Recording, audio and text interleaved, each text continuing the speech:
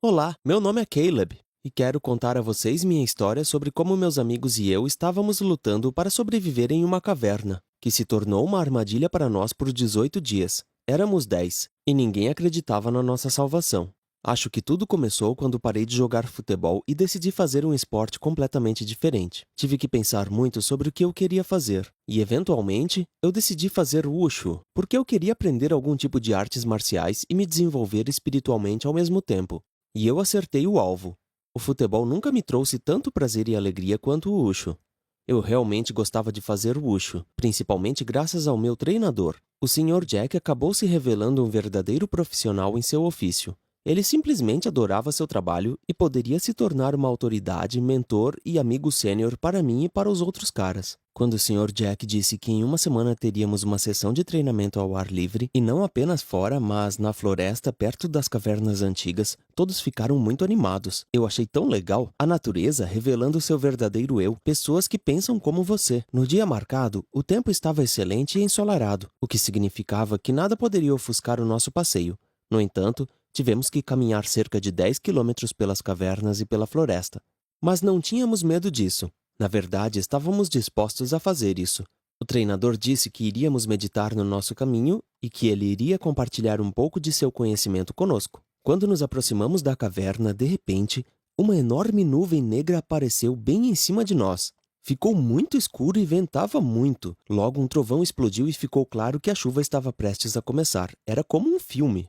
O treinador disse que precisávamos entrar na caverna o mais rápido possível e tínhamos muito pouco tempo para fazer isso. Assim que ele disse isso, o aguaceiro começou e nos açoitou como se centenas de estilhaços estivessem nos perfurando. Isso machuca. Ainda tivemos que passar cerca de 100 metros de pedras e lama úmida para chegar à caverna. Corremos o mais rápido que podíamos. Alguns caras caíram ali mesmo, se levantaram e correram. No final, fomos até pegos no granizo. E era do tamanho de um ovo de galinha. Honestamente, eu nunca tinha visto nada assim antes. Quando entramos na caverna, o Sr. Jack prestou a assistência necessária aos que sofreram durante as quedas e aos que sofreram com o granizo. Esses ovos de gelo atingiram 2 caras e cortaram suas cabeças. Felizmente, o treinador tinha um kit de primeiros socorros. Naquela hora, já havia parado de chover lá fora, mas começou a chover de novo. A água começou a inundar a caverna. O Sr. Jack disse que tínhamos que caminhar cerca de 500 metros para ficar acima do nível do solo antes do início das enchentes. Era difícil andar. Além disso, os feridos eram muito mais lentos do que o resto. Em algum momento, ouvimos um barulho alto de água e em poucos segundos o chão e as pedras começaram a cair. A escuridão era total. Um dos rapazes gritou. Pânico e algum tipo de confusão começaram. Então o Sr. Jack ligou a lanterna. Ele disse que precisávamos nos acalmar, senão todos morreríamos. Quando todos ficaram em silêncio, ele nos explicou o que havia acontecido. Quando choveu, o lodo desceu das montanhas, depois houve um deslizamento de terra e ficamos bloqueados na caverna. Ele nos deu instruções claras sobre o que fazer. O mais importante era não entrar em pânico, ouvir e fazer o que ele diz, economizar comida e água, controlar a respiração e meditar. Tivemos muitas dúvidas sobre os 2 últimos pontos, mas o treinador explicou que tínhamos um suprimento de ar muito limitado. Então, nossa respiração não deveria ser profunda e frequente. E para reduzir nossa necessidade de oxigênio, ele sugeriu meditação. Esse foi provavelmente um conselho muito bom, porque passamos quase 24 horas meditando. Isso nos ajudou a compreender adequadamente a notícia do treinador de que estávamos em uma situação difícil e estaríamos lá até que chegasse ajuda para nós. Além disso, um deslizamento poderia ocorrer a qualquer momento e então morreríamos. Se o oxigênio acabar, também morreríamos. Bem, se eles não nos encontrassem, então morreríamos novamente. Quer dizer, tivemos uma chance remota de sermos salvos. Você sabe, todos nós éramos gratos ao Sr. Jack por ser honesto. Qualquer outra pessoa teria mentido que tudo ficaria bem e que certamente seríamos salvos. Mas isso seria injusto para nós. E ele disse a verdade, porque ele não se colocou acima de nós, porque ele viu um indivíduo em cada um de nós. O tempo foi passando, nós estávamos segurando na ponta dos dedos, porque no primeiro dia nossas lanternas, telefones e outros aparelhos apagaram. Havia apenas escuridão total. Apenas ocasionalmente o treinador acendia algumas tochas que se tornaram nossas fontes de luz por apenas 15, 20 minutos. Então elas tiveram que ser usadas de forma eficaz. Às vezes um dos rapazes entrava em pânico, mas levava alguns minutos para o treinador acalmar alguém. Ele inspirou uma sensação de confiabilidade e segurança. Ao mesmo tempo, ele estava calmo e confiante, então não duvidamos por um momento que ele estava fazendo tudo certo.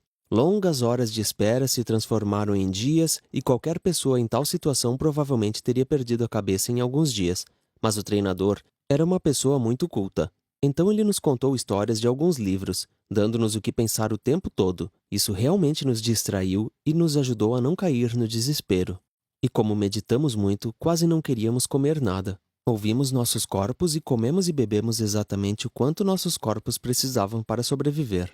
Descobriu-se que muito pouco era necessário para a sobrevivência, e encher a barriga não tinha nada a ver com fome ou saciedade, era apenas um desejo de saborear a comida. Além disso, conversamos muito um com o outro. Descobriu-se que os pais de Jack e Gregor nem sabiam que eles estavam lá. Os rapazes ficaram muito preocupados com eles e lamentaram não lhes terem contado sobre a participação no passeio. Mas Oliver sofreu mais. Ele disse que não tinha feito o dever de casa e seus pais ficariam muito bravos com ele por causa disso. Eles tinham um acordo. Lição de casa primeiro, caminhada depois disso. Oliver decidiu trapacear e trocar essas coisas. De qualquer forma, seus pais estavam trabalhando quando ele saiu. Agora o segredo seria revelado e ele definitivamente seria punido. Muitos acharam bem estranho. Como uma pessoa poderia pensar nessas ninharias em uma situação crítica como aquela? Havia realmente uma atmosfera tão tensa em sua família que mesmo naquele momento ele tinha mais medo dos pais do que da morte? Então o Sr. Jack ficou sem combustível para as tochas. Todos tinham tosse muito forte por causa da umidade e do frio. Estávamos em péssimas condições, mas a obscuridade nos assustava acima de tudo. Alguém sabia que estávamos lá? No entanto, o treinador disse que tínhamos de estar à altura do desafio. Ansiedade e pânico eram inúteis. Ele exortou-nos a ser fatalistas, pelo menos enquanto estivéssemos na armadilha. Se estivéssemos destinados a ser salvos, eles nos encontrariam e nos tirariam de lá. Se estivéssemos condenados a morrer lá, nada poderia ser feito a respeito. Em algum momento, ouvimos algum barulho. Mas, como não vimos nada, não estava claro o que era. Alguém sugeriu que um novo deslizamento tinha começado e que cairia sobre nós em breve. Sentamos lá e estremecemos, abraçados. Alguém orou em voz alta. Outro dizia palavras de despedida. E outros ficaram sem palavras. Em um momento, ouvimos algum tipo de zumbido elétrico. O treinador disse que vieram atrás de nós, mas não devemos ficar muito entusiasmados tão cedo, porque ainda não vimos nada e ninguém. Porém, logo, ouvimos uma voz como se viesse de um tubo. O homem disse que ele era do resgate. Ele conseguiu nos encontrar sob o deslizamento com a ajuda de uma mini-câmera. Ele perguntou quantas pessoas estavam na caverna e se havia mortos ou feridos. E então, a atividade de resgate começou. Mas não durou 1 ou 2 dias. Durou 10 dias. Porque chegar até nós sem provocar um deslizamento acima de nós era quase impossível. Era uma situação extremamente perigosa e as equipes de resgate não se atreveram a fazer previsões. Aquecedores portáteis, lanternas, água, comida, roupas secas e até tapetes nos foram entregues quase imediatamente. O oxigênio começou a ser entregue a nós pelo tubo. Os socorristas fizeram algum tipo de ventilação. Depois disso, estar na caverna não foi mais tão doloroso. A partir de então, só podíamos esperar e torcer para que o resgate nos ajudasse. Líamos livros, ouvíamos música, jogávamos cartas e escrevíamos bilhetes para os nossos pais. Logo, um mergulhador de resgate veio até nós. Ele começou a nos instruir sobre como agir durante a evacuação. Descobrimos que teríamos que nos revezar em mergulho autônomo por cerca de 40 minutos através da caverna. Era difícil, perigoso, mas não havia alternativa. No dia seguinte, a evacuação começou. Não tínhamos medo, porque durante o exílio, cada um de nós mudou muito e encontrou a verdadeira paz interior. Sabíamos que tudo poderia desabar a qualquer momento e, provavelmente, aconteceria então. Mas não tínhamos medo. Eles nos salvaram, cada um de nós. Eles não podiam acreditar e quase todos tinham certeza de que estávamos mortos. Não sei o que contribuiu para o desfecho favorável de nossa história. Meditação, paz ou golpe de sorte, mas isso não era o mais importante, porque os meios não eram tão importantes quanto o próprio objetivo. Após o incidente, Jack e Gregor se tornaram mais honestos com seus pais. Oliver encontrou uma linguagem comum com seus pais e parou de ter medo deles. E todo mundo, inclusive eu, percebeu que tínhamos um treinador super legal. Sobrevivemos graças a ele de várias maneiras. Você já se viu em uma situação em que sua vida dependia do acaso? Conte-nos sobre isso nos comentários. Suas curtidas são muito importantes para nós e agradecemos a todos que assinam nosso canal.